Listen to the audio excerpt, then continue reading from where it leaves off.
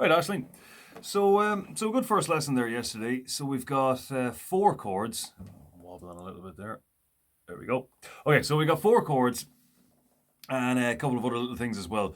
So first of all, just when you're tuning, just remember that little mnemonic: Eddie ate dynamite, goodbye Eddie. Okay, so EADGBE, right? And just make sure that when you're tuning, there's no, the hash symbol that's sharp. So that means one up, right? So if this is a G note, one up from that is G sharp. Okay, so if it's saying G sharp, you need to bring it down and get it into green where it's just G. And there's the other one as well. It looks like a little lowercase b, so that means flat. That's the opposite. Okay, so if that's G, that's G flat. Okay, just one down. So none of these are sharp or flat. They're just the letter. Okay, so we'll get into the chords. So first of all, when you're playing chords, we were talking about nails, obviously, right? So if your nails are too long to stop you, or long enough to stop you from getting your finger perpendicular to the fret like that, then they're too long. Okay, so E minor, for example, you're coming in, getting the middle finger right up to the fret. That's always, whenever we're as close as you possibly can to the fret. Obviously now the first finger here can't get up there because, the middle finger's in the way, but wherever possible, you should always be as close to the fret as you can.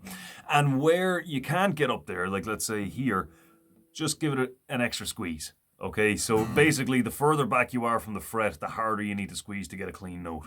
Okay, so make sure there's plenty of room here too. You don't want to be so tight in that now the first string's not ringing out. Okay, so just stand them up nice and straight and give them plenty of pressure as well. So one string at a time.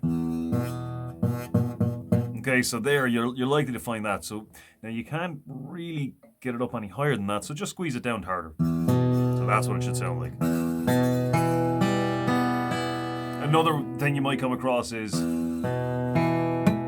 okay, like that, and then you just need to angle it up a bit more, like that. And now I'm exaggerating the movement, but you get the idea here. So there it is.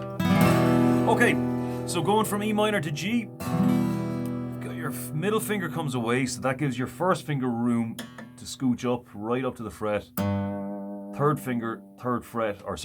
finger, third fret on the sixth string, and ring finger, third finger on the third fret of the first string. So remember, this is the first string. The physically on the bottom is the first string in terms of, but this is often referred to as the top string as well because it's the top one in terms of pitch. It's the highest note, but physically on the bottom. Yeah, I wish it was less confusing than that, but that's just the convention. So it is what it is, unfortunately. Okay, so there's G, and just make sure that. So you should be getting more than that, right? It should be a ping that kind of just rings out all by itself. There's G major, A minor is next. So that's first finger, first fret, second string. And then these two just going to go up on the next two strings above that on the second fret as a pair, like that. Now, most of the basic ones don't involve the sixth string. Now, the first two we just did there, E minor and G, they do involve the sixth string, okay? But with A minor, for now, if you want to just avoid it with the plec, that's fine. But that's not a good long-term solution. And generally, you want to get the thumb on there and don't wrap it around to get a note. You literally just want to mute it like that. Just kind of take it out of there. And then that way you can swing away like that and it's no problem. So to go from A minor to C then, which is the last one. So I want you to focus on E minor, G, and A minor first, okay? And we'll see about C later on. But for now, there's A minor there. So there's very little you have to change about A minor to get it to C. All you got to do, third finger comes away, so that gives your middle finger room to slide right up. And then that third finger goes to the third fret on the fifth string. And again, we're leaving out the sixth string, okay? So for that, you can either get your third finger to touch it, which is generally what I do. See that? So my third finger is holding down the A string, the fifth string like that, but it's touching the sixth as well. So now C is a cut above the other three that we've just done, okay? That's a bit more difficult, so that's why I say get these three down first and then hit the C.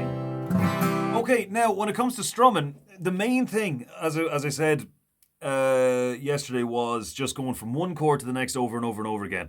Every now and then, checking one string at a time just to make sure they're coming out right. But don't get too hung up on one or two notes not coming out. That stuff will sort itself out. So don't allow yourself to get too frustrated by that. I know it is annoying just kind of getting the every time, but it really does figure itself out. The main thing you want to be worrying about is going from one to the next quickly. Okay.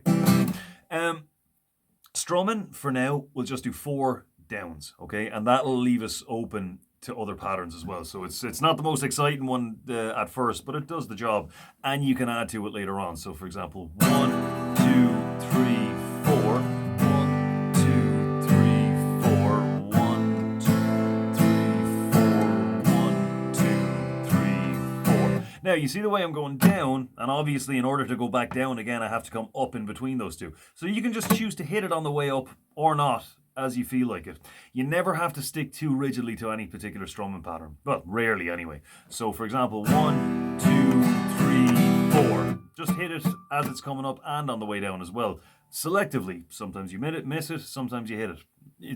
This is one of those things where you really don't need to be that specific or picky about it, as long as it's steady. That's number one. As I was saying to you, the most important thing about any musical performance like this is that the rhythm stays steady, which is why it's so important to get your chords changes nice and fluid so that they don't interrupt the rhythm.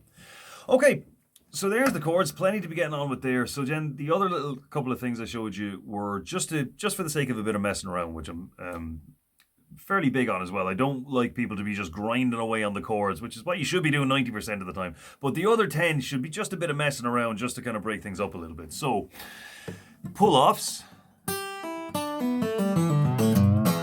Okay, so all you're doing there is just getting one note and then getting the next note by, instead of picking it again, just drag your finger off.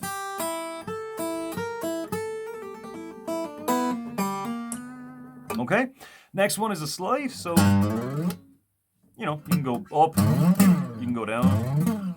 The main trick with that is just making sure that you keep the pressure on as you move, okay? So if you take the pressure away, that happens, the note just dies. So there's slides. We had hammer-ons as well.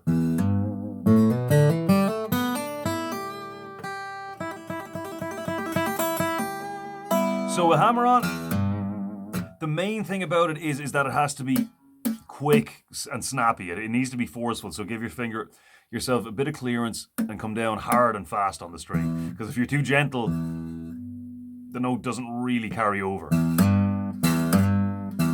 Okay, so it's got to be hard.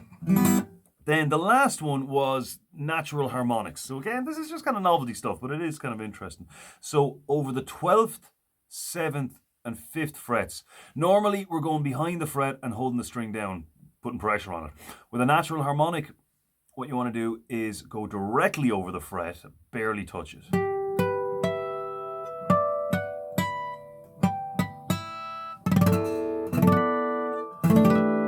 And they sound nice together.